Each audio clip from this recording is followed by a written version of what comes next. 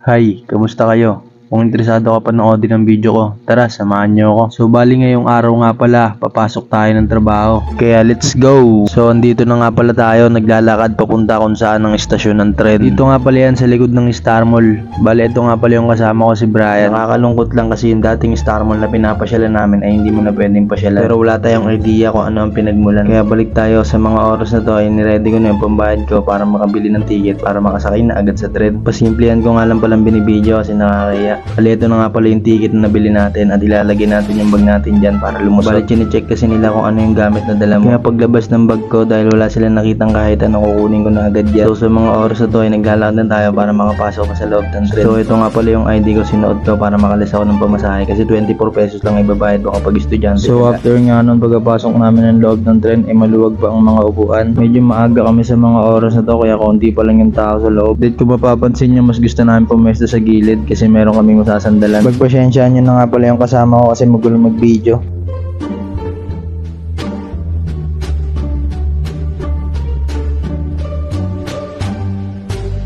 Fast forward sa mga oras na to, kakagising ko nga lang pala. Bali napasarap yung tulog ko sa tren kaya malapit na tayo sa ating paroroonan. Palagi kasi tayo hindi nakakompleto ng 8 hours na tulog kaya sa tren na lang ako nagbabawi ng tulog. At ito na nga pala, nakalabas na tayo ng tren bago. Maglalakad ulit tayo papunta sa mall na ating pinagdudutihan. Medyo nakakangiti tayo sa mga oras na to kasi nakatulog tayo kahit papaano. Tamang tanggalan tayo ng muta baka kasi may makakita na iba. So ito nga pala yung mga nakasabay namin na bumabasa. Bali galing din pala silang Alabang. Papagod na naman tayo ngayong araw. Time check, 9:09 na pala ng umaga. So bali ito yung oras ng last trip. 7 out ko kaya makakasakay tayo ng 7:56. So kung nakikita nyo sa malayo, dyan tayo pupunta. 168 Shopping Mall. Tamang video lang ako sa ganda ng tanawin. Nasa mood tayo ngayon kaya dapat happy lang. Huwag tayo papaapekto sa mga bagay-bagay na makakasira ng mood natin. At pagkapasok na nga natin ng mall, unang bumungad agad sa atin ng mga pwede mong pagpilian kapag may gusto kang bilhin dito. Share ko lang guys, maraming dumayo dito ng taga Muntinlupa, nakasabay na aking bumaba ng tren. Alam kong alam nyo na kung ano yung sasadyain nila dito. Paano ba naman hindi ka mapapapunta dito sa mga presyo na yan? So balik tayo sa mga oras na to. Bali bababa nga pala ako sa third kasi doon ako na duty. Wala kasing kasama si Brian, gawa nang hindi pumasok yung kasama. Dinala ko nga pala yung kape na tinimpla ko doon sa may pit. At doon na nga lang ako magkakape sa third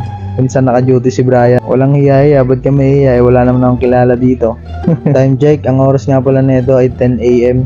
Maaga pa lang pero ang dami na agad tao. So ang mangyayari nito mamaya ay mapapagod na naman tayo dahil sa dami ng customer ang bibili sa ating store. Pero wala namang problema, mas maiging yung marami ang customer para mabilis ang oras. Hindi na nga pala tayo makakapag-bid mamaya ang break time kasi nga dalawa lang kami ni Brian ng cook sa isang store. Fast forward, ito nga pala yung store namin. Bali naka-out na pala kami sa mga oras na to.